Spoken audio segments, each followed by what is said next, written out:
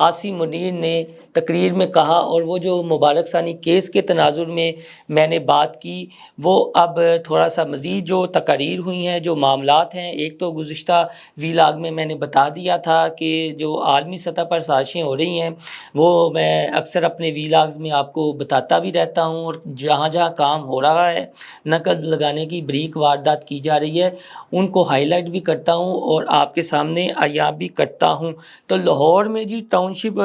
ایک مارگی ہے، ٹاؤن شپ کا جو علاقہ ہے، وہاں پر علماء مشائخ کانفرنس ایک ہوئی، تو وہاں پر کچھ علماء کرام نے تقریر کی، ان میں ایک قاری مختار احمد صدیقی بھی تھے۔ تو یہ جو لبیک کے نائب امیر علامہ ظہیر الحسن شاہ صاحب نے تقریر کی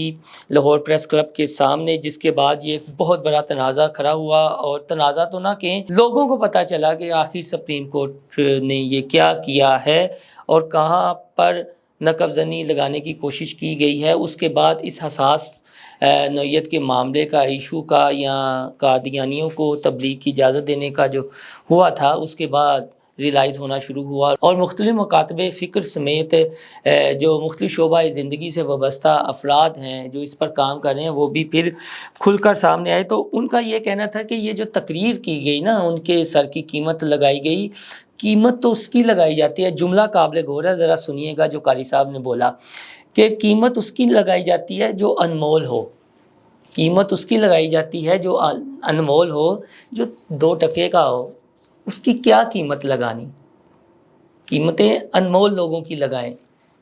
اور اس کے ساتھ انہوں نے یہ کہا کہ یہ آج کل جو کچھ ہو رہا ہے نا، مشرف دور میں بھی اس طرح کا ظلم و زیادتی نہیں تھی، اور ساتھ میں یہ بھی کہا کہ ہمارے جو سٹیج ہے نا، جب اس طرح کے کوئی سیمینار ہوتے ہیں، ریلیاں ہوتی ہیں، احتجاج ہوتے ہیں، دھرنے ہوتے ہیں،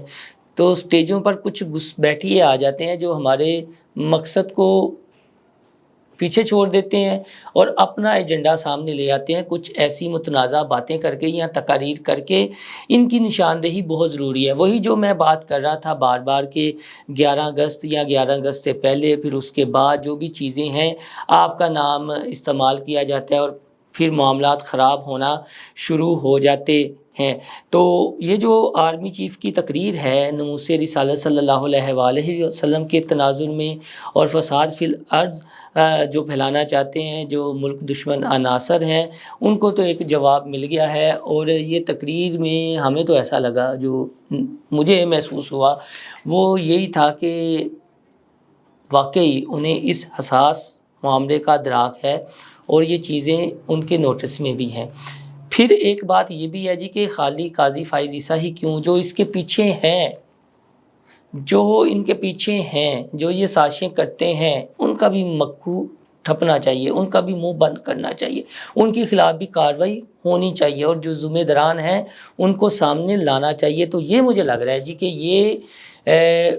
ساری چیزیں جو ہو رہی ہیں، جو معاملات چل رہے ہیں، جو حالات بن رہے ہیں، وہ نوٹس میں ہیں۔ اور جو فتنہ خوارج کے حوالے سے آرمی چیف نے بات کی ہے، D G I S P R نے بھی اس تناظر میں بات کی تھی، لیکن آرمی چیف نے باقاعدہ علامہ اقبال کا یہاں بھی شعر کوٹ کیا اور یہ کہا کہ اللہ سے کرے دور تو تعلیم بھی فتنہ، اللہ سے کرے دور تو تعلیم بھی فتنہ، املاک بھی، اولاد بھی، جاگیر بھی فتنہ، نہ حق کے لیے اٹھے تو شمشیر بھی فتنہ، شمشیر ہی کیا نعرہ تکبیر بھی فتنہ۔ کہ جہاں پر فتنے کا ڈر ہو نا، جو فتنہ پھیلاتے ہیں وہ اسی طرح گفتار کے غازی بھی ہوتے ہیں، اور انہوں نے شرپسندی پھیلانا ہوتی ہے، وہ پھر الفاظ کا استعمال بھی کرتے ہیں، پھر ایگزامپلز دیتے ہیں، جس طرح یہ مبارک ثانی کیس میں انسانی حقوق کے تناظر میں بات کی گئی اور یہ کہا گیا جی کہ قانون بنا نہیں تھا، قانون بعد میں بنا۔ جو ہماری یہ کتب ہیں یا جو ہماری اہم شخصیات ہیں، مذہبی شخصیات ہیں، ان کے بارے میں جو باتیں ہوتی ہیں، ان کی جو توہین کی جاتی ہے، یا قرآن پاک میں جہاں تک تحریف کا معاملہ ہے تو یہ قانون پہلے نہیں بنا تھا، لیکن جو اب مطالبات ہو رہے ہیں اس میں تو یہ تھا کہ عمر قید کی سزا دی جائے، کیونکہ پچھلی اسمبلی میں جماعت اسلامی کے اکبر چترالی صاحب ہیں، انہوں نے بھی یہ بات کی تھی اور یہ مطالبہ کیا تھا کہ جب اس کے خلاف سخت کارروائی نہیں نہ کریں گے، ایک تو یہ ہے کہ جو توہین کرتا ہے۔ ایک یہ ہے کہ جو جھوٹا توہین کا الزام کسی پر لگا کر اس کی زندگی خطرے میں ڈال دیتا ہے، دونوں کے خلاف کارروائی کرنی چاہیے اور سخت سے سخت کارروائی کرنی چاہیے۔ یہ اس طرح کے معاملات ہوئے ہیں، لیکن ہمارا المیہ یہ ہے کہ جب دین کا معاملہ ہوتا ہے، کوئی دینی شخصیت یا دینی جماعت ایشو لے کر آگے آتی ہے تو ان کی باتوں کو اس طرح نظر انداز کر دیا جاتا ہے، اہمیت نہیں دی جاتی اور ون سائیڈڈ پروپیگنڈا کر دیا جاتا ہے۔ جیسا میں نے یہ گزشتہ ویلاگ میں آپ کو بتایا کہ جو ہیومن رائٹس کی این جی اوز وغیرہ ہیں جو اقلیتوں کے حقوق کی بات کرتی ہیں، ان پر ورک کر رہی ہیں، لیکن ان کے اندر جو انویسٹمنٹ ہے یا جو چیزیں ہیں وہ پیچھے وہی ہے فتنہ، وہی ہیں جو پاکستان کا بھی امن نہیں چاہتے، شرپسندی یہاں پر چاہتے ہیں، فساد چاہتے ہیں، تو بریک واردات کے ذریعے گھما کے بعد پھر ان پر آ جاتی ہے، جبکہ ان کے حوالے سے آئین بالکل کلیئر ہے۔ تو آرمی چیف نے بھی جو عقیدہ تحفظ ختم نبوت کے حوالے سے بات کر دی ہے اور یہ کہہ دیا ہے، اعلان کہہ دیا ہے کہ کسی کی میں ہمت نہیں ہے کہ جو رسول پاک صلی اللہ علیہ وسلم کی شان میں گستاخی کرے، اور لبیک کا بھی جو موقف ہے اس سلسلے میں، مختلف مسالک کے علماء اکرام کا جو موقف ہے وہ بھی کھل کر سامنے آنا شروع ہو گیا ہے۔ تو آنے والے دنوں میں میرے خیال میں وہ جو میں بات کرتا ہوں کہ گلے کی ہڈی ہے، تو یہ گلے کی ہڈی ہے، اس پر جتنا جلدی ہو سکے وہ معاملات کو دیکھنا چاہیے، اور جس طرح کھل کر سپہ سالار نے باتیں کر دی ہیں، چلیں جو لبیک کے نائب امیر تھے جو ان کا خطاب تھا، یا اس کے بعد درجنوں، مجھے پتہ چلا ہے درجنوں جو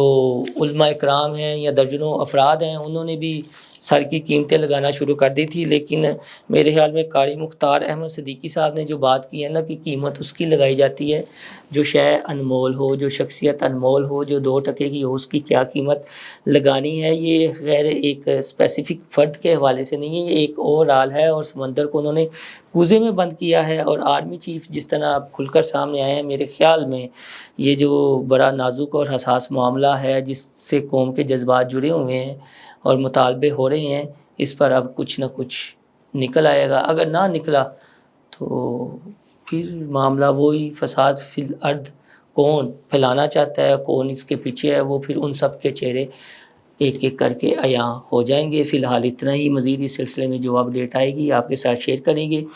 آپ سے درخواست ہے کہ ہمارا چینل انسائیڈ اسٹوری لائک اور سبسکرائب کرنا نہ بھولیے گا، بیل آئیکن کا بٹن بھی دبا لیجیے گا، اور اس کو اپنے دوستوں کے ساتھ زیادہ سے زیادہ شیئر کیجیے گا۔ ہم ایک شمع جلا رہے ہیں، ہاں آپ بھی اس شمع جلانے میں اور ہمارے کارواں کا حصہ بنیں، دوستوں کے ساتھ شیئر کریں۔ ہو سکتا ہے کہ جو ہم